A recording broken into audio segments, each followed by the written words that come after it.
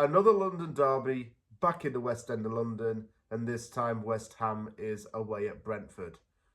Is it getting to the point where it's going to be D-Day for Julian Lopetegui? Well, if we don't win this, D-Day's going to come closer than he thinks. Let's put it that way.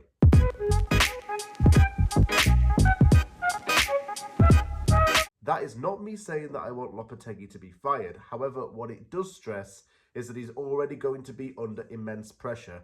He's had some meetings with the board to discuss how he's going to change things around, and he's reassured the owners that he's going to make things better. So he needs to put his money where his mouth is and actually do it. Talking about wanting to improve is one thing, but actually doing it requires you to put in good performances and win games and get maximum points from each game. That's what we've got to do right now, because we only have 4 points so far this season, and there are teams above us who have spent less money but are flying higher. That's the reality. We have to win this game, because then we've got Ipswich after that.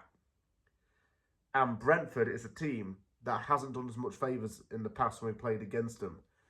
When we played them at that stadium last season in Brentford, we lost 3-2. And it was shitty because Kuda scored an absolute corker of a goal. Antonio missed from close range. And then we lost 3-2, despite being 2-1 up. When we played them at home, though, at our end, we beat them 4-1 and Bowen scored his first Premier League hat-trick. So it's weird how things turn out.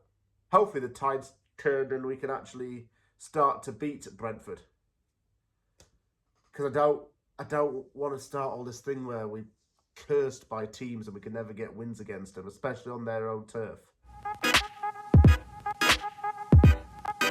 Let's quickly talk about Brentford's transfer doings over the summer, shall we? Igor Thiago signed from Club Brugge for £30 million, but I think he's injured, isn't he? Hasn't he got a serious low body injury?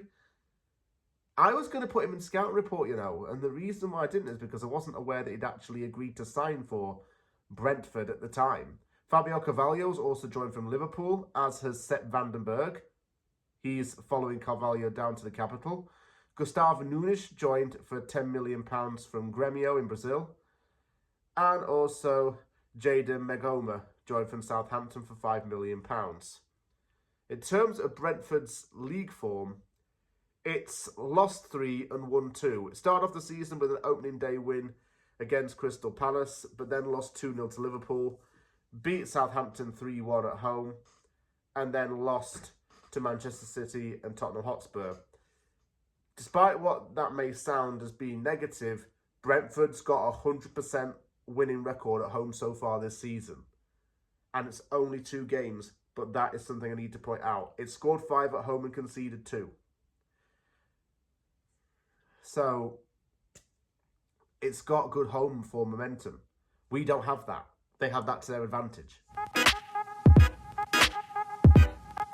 You can't even say Ivan Toney anymore. Thank the Lord that we don't have to worry about him. He's gone off to Saudi after his betting charge punishment was served.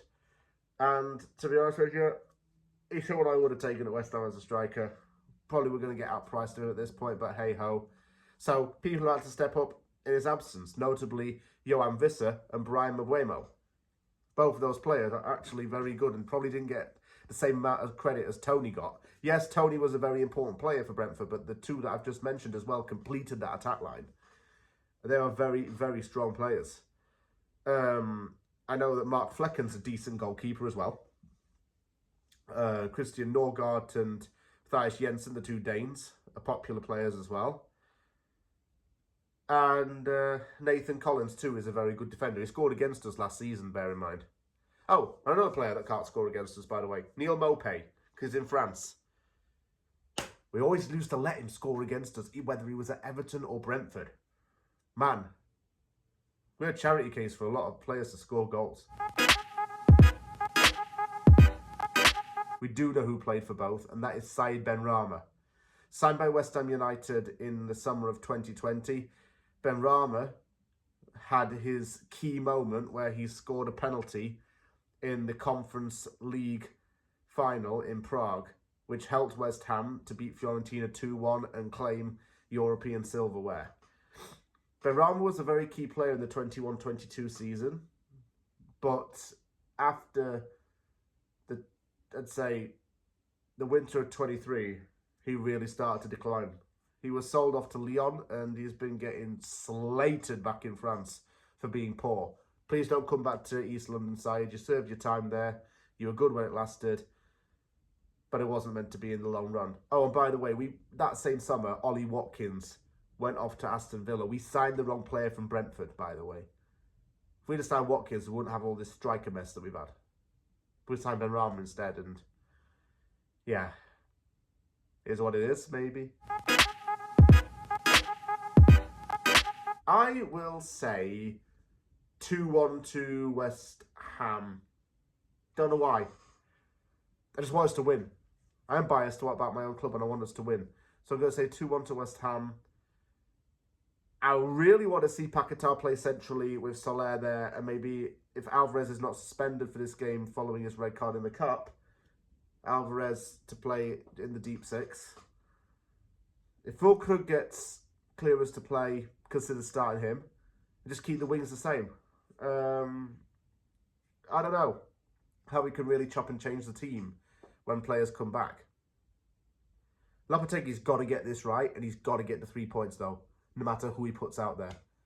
I'm nervous for this game in some ways, because if we lose, I'll have to log out of Twitter for a bit, I think.